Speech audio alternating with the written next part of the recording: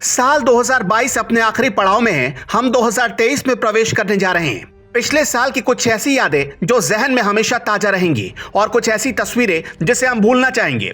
इस वीडियो में हम साल 2022 की उन 22 तस्वीरों के बारे में चर्चा करेंगे जो हमेशा के लिए हमारी यादों में समा गए। शुरुआत साल के सबसे वायरल तस्वीर से करेंगे जो 13 दिसंबर को न्यूज एजेंसी पीटीआई के सीनियर जर्नलिस्ट अरुण शर्मा ने कैमरे में कैद की, जो काफी वायरल हुई। इस तस्वीर को पक्ष और विपक्ष ने अपने अपने तरीके से सोशल मीडिया पर शेयर किया। इस वायरल तस्वीर के बारे में बताते हुए अरुण कहते हैं कि अरुणाचल प्रदेश के तवांग में भारत चीन के सैनिकों के बीच झड़प होने की खबर आ चुकी थी। 13 तारीख को सुबह एक मंत्री के यहाँ कुछ जर्नलिस्ट पहुंचे। मैं भी वहां था। मुझे तनाव का एहसास था और मैंने पहले ही सोच लिया कि संसद पर हमले की बरसी के कार्यक्रम में मनोदशा के तहत फोटो खींचूंगा। संसद हमले की बरसी पर श्रद्धांजलि के कार्यक्रम की तस्वीर लेने के लिए 2 स्टैंड होते हैं। स्टैंड ए से फूल चढ़ाने की अच्छी तस्वीरें आती हैं। ज्यादातर कैमरामैन उसी स्टैंड पर थे। मैंने सोच लिया था कि वहां से उस तरह की तस्वीरें लेनी ही नहीं है। ऐसी तस्वीर लेनी है जो धमाल मचा दे। इसलिए मैं स्टैंड बी पर पहुंच गया था। जैसे पीएम और मंत्री कतार में खड़े हुए, मैं तैयार हो गया और वो तस्वीर ली जो अब वायरल हो गई है। दूसरी तस्वीर तब की है जब पंजाब दौरे के दौरान पीएम मोदी के काफिले को सुरक्षा के मद्देनजर एक पुल पर रोक दिया गया था, जिसकी काफी चर्चा हुई। पीएम मोदी ने सुबह 9:30 बजे दिल्ली से उड़ान भरी। सुबह 10:25 पर पंजाब के भिसियाना एयरबेस पहुंचे। उन्हें हेलीकॉप्टर से फिरोजपुर जाना था। बारिश के चलते पीएम को सड़क के रास्ते फिरोजपुर ले जाने का फैसला लिया गया। इसी दौरान एक पुल पर किसान प्रदर्शनकारियों ने 20 मिनट तक उनका रास्ता रोके रखा। प्रदर्शनकारी किसान कृषि कानूनों की वापसी के बाद एमएसपी की मांग कर रहे थे। इसकी जांच के लिए सुप्रीम कोर्ट ने कमेटी बना दी थी। कमेटी ने फिरोजपुर के एसएसपी हरमनदीप सिंह हंस को लापरवाही का दोषी माना। इसके बाद बवाल हुआ इस तस्वीर पर, जिसमें पीएम मोदी संसद के नए भवन के शीर्ष पर लगे अशोक स्तंभ का उद्घाटन कर रहे हैं। ब्रॉन्ज से बनी अशोक स्तंभ 6.5 मीटर लंबा और तकरीबन 9,500 किलो वजनी है, जिसे 100 कारीगरों ने मिलकर 9 महीने में बनाया है। इस अशोक स्तंभ के स्ट्रक्चर को लेकर काफी विवाद हुआ। विपक्ष ने कहा कि अशोक स्तंभ की मूल आकृति के साथ छेड़छाड़ हुई है। इस नए बनाए गए स्तंभ में शेरों को जानबूझकर आक्रामक दिखाया गया। असल में जो आकृति है उसमें शेर शांत है। सेंट्रल विस्टा प्रोजेक्ट के तहत नए संसद भवन को बनाया गया है। ये पुरानी संसद से 20% बड़ा है। इसके बनाने में लगभग 1250 करोड़ रुपए का खर्च आया है। पीएम मोदी की इस तस्वीर को भला कौन भूल सकता है, जिसमें रविदास जयंती के मौके पर पीएम मोदी दिल्ली के श्री गुरु रविदास विश्राम धाम गए थे। वहां महिलाओं के साथ बैठकर भजन गाया और मंजीरा बजाया। इसके ठीक 4 दिन बाद यानी 20 फरवरी को पंजाब में विधानसभा का चुनाव होना था। रविदास जयंती की वजह से ही वोटिंग की तारीख 14 फरवरी से बढ़ाकर 20 फरवरी की गई थी। संत रविदास का जन्म 1377 में हुआ था। यह तस्वीर 25 साल बाद हुए आईएनएस विक्रांत के पुनर्जन्म की है। इसी दिन पीएम मोदी ने देश का पहला स्वदेशी aircraft carrier INS Vikrant navy को सौंपा। इस 45,000 टन वजनी आईएनएस विक्रांत को भारत में ही बनाया गया, जो यहाँ निर्मित सबसे वजनी वॉरशिप है। एक तरह से मानो तो ये चलता फिरता शहर है। इस विशालकाय शिप पर 30 फाइटर प्लेन या हेलीकॉप्टर तैनात हो सकते हैं, जो महज 3 सेकंड में टेक ऑफ करते हैं। साल 2023 में ये युद्ध के लिए तैयार हो जाएगा। इसके निर्माण में करीब 20,000 करोड़ रुपए का खर्च आया है। ये तस्वीर क्रिकेट प्रेमियों को हमेशा याद रखने वाली तस्वीर है।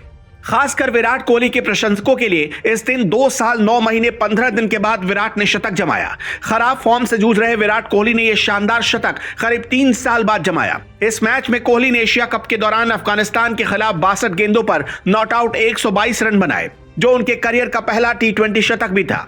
विराट 44 वनडे शतक, 27 टेस्ट शतक और 1 T20 के साथ कुल 72 इंटरनेशनल शतक लगा चुके हैं।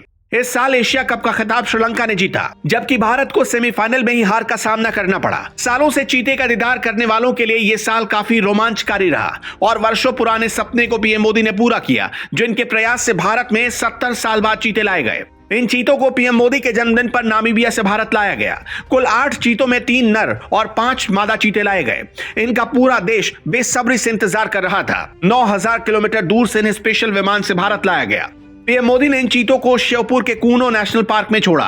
इस दौरान मोदी ने फोटो भी क्लिक की, जो सोशल मीडिया पर काफी वायरल हुई। गौरतलब है कि भारत में 1952 में ही चीते विलुप्त हो गए थे। भारत में आखिरी बार चीतों को 1948 में छत्तीसगढ़ के कोरिया रियासत में देखा गया था। यहाँ के राजा रामानुज प्रताप सिंह देव ने बैकुंठपुर में लगे जंगल में 3 चीतों का शिकार किया था, जिसे भारत में देखा गया देश का आखिरी चीता माना जाता है। पीएम मोदी की यह तस्वीर देश के साथ साथ विदेशों में भी खूब वायरल हुई। इस दिन पीएम मोदी ने भारत में 5G का आगाज किया। दिल्ली के इंडियन मोबाइल कांग्रेस में पीएम मोदी ने देश में 5G सर्विस की शुरुआत की। मोदी ने उद्घाटन के मौके पर रिमोट के जरिए यूरोप में मौजूद एक कार को भी ड्राइव किया। अभी रिलायंस जियो ने मुंबई, दिल्ली, कोलकाता, चेन्नई सहित देश के 8 शहरों में 5G सर्विस की शुरुआत कर दी है। इसकी स्पीड 20 Gbps तक हो सकती है, यानी आप 2 घंटे की मूवी कुछ ही सेकंड्स में डाउनलोड कर सकते हैं। इसकी मदद से मेट्रो और बिना ड्राइवर चलने वाली गाड़ियों को ऑपरेट करना आसान होगा। वर्चुअल रियलिटी और फैक्ट्रियों में रोबोट के इस्तेमाल में आसानी होगी। राहुल गांधी की इस तस्वीर ने लोगों का ध्यान अपनी ओर खूब खींचा।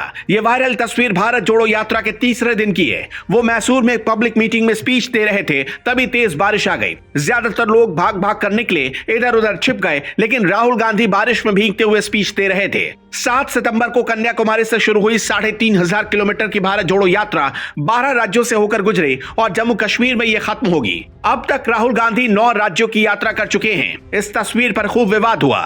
तस्वीर वंदे भारत ट्रेन की है, जो एक भैंस से टकराने के बाद क्षतिग्रस्त हो गई थी। वंदे भारत एक्सप्रेस मुंबई से गांधीनगर आ रही थी। रास्ते में ट्रैक पर अचानक 4 से 5 भैंसे आ गई। इससे ट्रेन का फ्रंट पार्ट यानी नोज टूट गया। फौरन इसकी मरम्मत की गई और ट्रेन टाइम पर गांधीनगर पहुंच गई। 30 सितंबर को पीएम मोदी ने इसे लॉन्च किया था, जिसकी स्पीड 160 किलोमीटर प्रति घंटे की है। देश में अभी 6 वंदे भारत एक्सप्रेस ट्रेनें चल रही हैं। पहली वंदे भारत ट्रेन 2019 में दिल्ली से वाराणसी के बीच चलाई गई थी। 2 महीने के भीतर अलग अलग शहरों में वंदे भारत एक्सप्रेस 5 बार हादसे का शिकार हो चुकी है।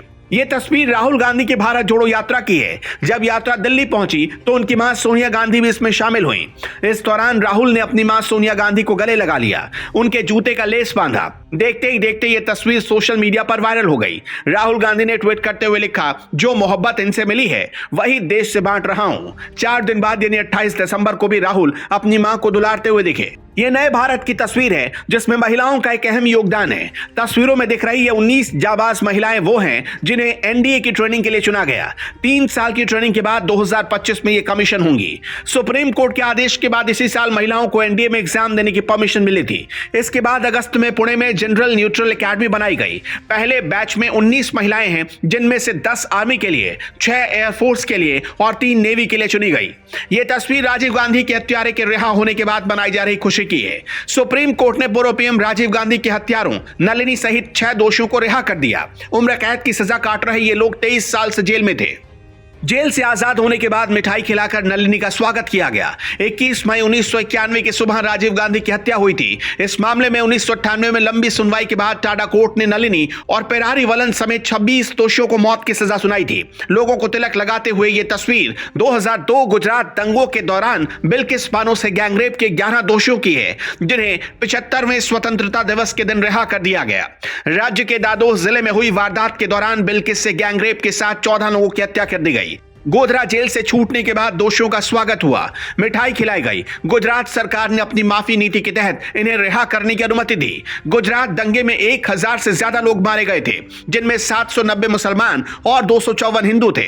यह भारत के लिए काफी ऐतिहासिक दिन रहा, जब पहली बार किसी आदिवासी महिला ने भारत के राष्ट्रपति पद की शपथ ली। इस दिन द्रौपदी मुर्मू भारत की पहली महिला आदिवासी राष्ट्रपति बनी। 25 जुलाई को 15वें राष्ट्रपति के रूप में उन्होंने शपथ लिया। 2000 में पहली बार विधायक बनी और 2015 में झारखंड की राज्यपाल। मुर्मू संथाल आदिवासी समुदाय से आती हैं। गोंड और भील के बाद संथाल देश का तीसरा सबसे बड़ा आदिवासी समुदाय है। देश भर में 10 करोड़ 45 लाख आदिवासी हैं, इनमें 90 लाख संथाली हैं। इस तस्वीर को कैसे भूल सकते हैं, जब 14 जून को केंद्र सरकार ने सेना में जवानों की भर्ती के लिए अग्निपथ योजना की घोषणा की। इसके विरोध में बिहार, उत्तर प्रदेश, हरियाणा सहित कई राज्यों में 1 दर्जन से ज्यादा ट्रेनें आग के हवाले कर दी गई। हरियाणा के रोहतक में एक युवक ने खुद को आग के हवाले कर लिया। इस स्कीम के तहत 75% जवान 4 साल की सर्विस के बाद रिटायर हो जाएंगे। केवल 25% अग्निवीरों को ही स्थायी कैडर में भर्ती किया जाएगा। विरोध के बाद केंद्रीय गृह मंत्रालय ने अर्धसैनिक बलों की नौकरियों में एमपी, यूपी, कर्नाटक सहित कई राज्यों पुलिस भर्ती में 10% रिजर्वेशन देने की घोषणा कर दी। यह तस्वीर भाई के लिए दुआ कर रही एक बहन की है। यह आबिदा मलिक हैं, कश्मीर के अलगाववादी नेता यासीन मलिक की बहन। टेरर फंडिंग केस में फैसले का दिन, खिड़की के बाहर निकलकर आबिदा कुरान पढ़ रही हैं। नीचे यासीन के समर्थक नारा लगा रहे हैं। एनआईए के स्पेशल कोर्ट ने यासीन को आजीवन कारावास की सजा सुनाई है। यासीन पर एयरफोर्स के 4 जवानों की हत्या का आरोप है। यह तस्वीर असम की है। बाढ़, बारिश और लैंडस्लाइड ने असम में साल 2022 में खूब तबाही मचाई। दीमा हसाओ रेलवे स्टेशन तहस नहस हो गया और मलबा भर गया। स्टेशन पर खड़ी कई ट्रेनें खिलौने की तरह बिखर गई, कीचड़ में धंस गई। इस साल असम के 20 जिलों में करीब 2 लाख लोग बाढ़ से प्रभावित हुए। 100 से ज्यादा लोगों की जान गई। ये तस्वीर रांची की है। ये किसान हाथ में लाठी लिए जमीन पर कई घंटों से लेटे हैं। ये अच्छी बारिश के लिए ऐसा कर रहे हैं। इसे मंडा पूजा कहा जाता है। ट्राइबल कम्युनिटी में मंडा पूजा अच्छी बारिश, खेती और समृद्धि के लिए की जाती है। भगवान शिव को खुश करने के लिए 9 दिन तक पूजा की जाती है। झारखंड में इस साल सामान्य से करीब 50% कम बारिश हुई है। ना टीचर, ना क्लास, ना बोर्ड। ये तस्वीर पटना के गंगा घाट की है। पटना में गंगा नदी के किनारे ये स्टूडेंट अपने कल की तैयारी में जुटे हैं। हर दिन यहाँ 2 घंटे कंपटीशन की क्लास चलती है। स्टूडेंट्स ग्रुप स्टडी करते हैं। बिहार में बेरोजगारी की दर 14% से ऊपर है। ये तस्वीर गुजरात के अहमदाबाद की है। सड़क पर अंग्रेजी शराब की लाखों बोतलें पड़ी हैं। उन पर पुलिस रोड रोलर चला रही है। शराबबंदी के बावजूद गुजरात में 2021 और 2022 यानी 2 साल में 300 करोड़ से ज्यादा की अवैध शराब जब्त की गई। 2021 में जहरीली शराब पीने से राज्य में 947 लोगों की जान चली गई। ये पैराशूट रेजिमेंट के जवान हैं। ये दुश्मन के इलाकों में पैराशूट से कूदकर उनके खास ठिकानों को तबाह करते हैं। इसी रेजिमेंट के जवानों ने उरी हमले के बाद 29 सितंबर 2016 को पाकिस्तान में सर्जिकल स्ट्राइक की थी। 19 शहीदों के बदले 40 से ज्यादा आतंकी मार गिराए थे। इस साल इन जवानों ने 14-15 मार्च को गुजरात, महाराष्ट्र, वेस्ट बंगाल, ओडिशा जैसे राज्यों में युद्धाभ्यास किया। यूपी विधानसभा चुनाव में बीजेपी को 403 में से 255 सीटें मिली। जीत के बाद बीजेपी के कार्यकर्ताओं ने लखनऊ में बुलडोजर पर चढ़कर जश्न मनाया। चुनाव से पहले तमाम मामलों में आरोपियों के घरों को गिराए जाने के चलते बुलडोजर सीएम योगी की कार्यशैली का राजनीतिक प्रतीक बन गया। यूपी के बाद एमपी और कर्नाटक जैसे राज्यों में बुलडोजर का ऐसा ही इस्तेमाल किया गया। ये तस्वीर 6 फरवरी की सुबह की है, जब सुबह 8:12 पर प्लेबैक सिंगर लता मंगेशकर का निधन हो गया। वो 92 साल की थी। लता दीदी ने 20 भाषाओं में 30,000 से ज्यादा गाने गाए, करीब 1000 फिल्मों में अपनी आवाज दी। उन्हें 1969 में पद्म भूषण, 1989 में दादा साहेब फाल्के, 1989 में पद्म विभूषण और 2001 में भारत रत्न दिया गया। उनके अंतिम संस्कार में पीएम मोदी, शाहरुख खान, अमिताभ बच्चन सहित बॉलीवुड के कई सेलिब्रिटी पहुंचे। तस्वीरें असम की है, जहां वैक्सीनेशन को बढ़ावा देने के लिए कलाकृति बनाई गई। वैक्सीनेशन को लेकर लोगों को जागरूक करने के लिए असम के बिहू फेस्टिवल में वैक्सीन थीम पर भेला घर बनाया गया। भेला घर छप्पर, बांस, पुआल और सूखे पत्तों से बनता है। 2022 में देश में 75 करोड़ से ज्यादा लोगों को वैक्सीन लगी। अब तक कुल 220 करोड़ से ज्यादा लोगों को वैक्सीन की डोज लगाई जा चुकी है। चीन के बाद यह दुनिया का सबसे बड़ा वैक्सीनेशन है। ये थी 2022 की वो तस्वीरें जिसे हमेशा जहन में रखा जाएगा। साल 2023 आपके लिए शुभ हो। इस साल आप तरक्की करें और आप 2023 के लिए क्या तैयारी कर रहे हैं, हमें कमेंट बॉक्स में जरूर बताएं।